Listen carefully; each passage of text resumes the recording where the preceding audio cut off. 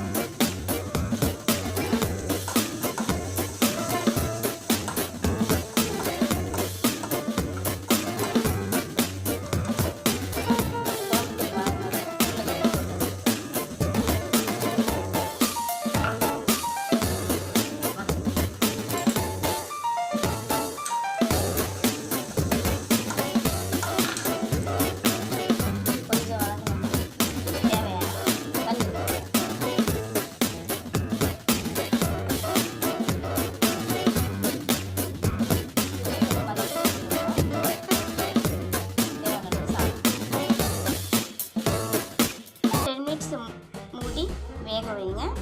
இப்போ நம்மளுக்கு தேவையான கிரேவி ரெடி ஆகிடுச்சு. இந்த கிரேவி சப்பாத்திக்கு, பூரிக்கு, இட்லிக்கு எல்லாத்துக்குமே போட்டு சாப்பிட்லாம். இந்த வீடியோ உங்களுக்கு பிடிச்சிருந்ததுன்னா ஷேர் பண்ணுங்கள், லைக் பண்ணுங்கள், சப்ஸ்கிரைப் பண்ணுங்கள்.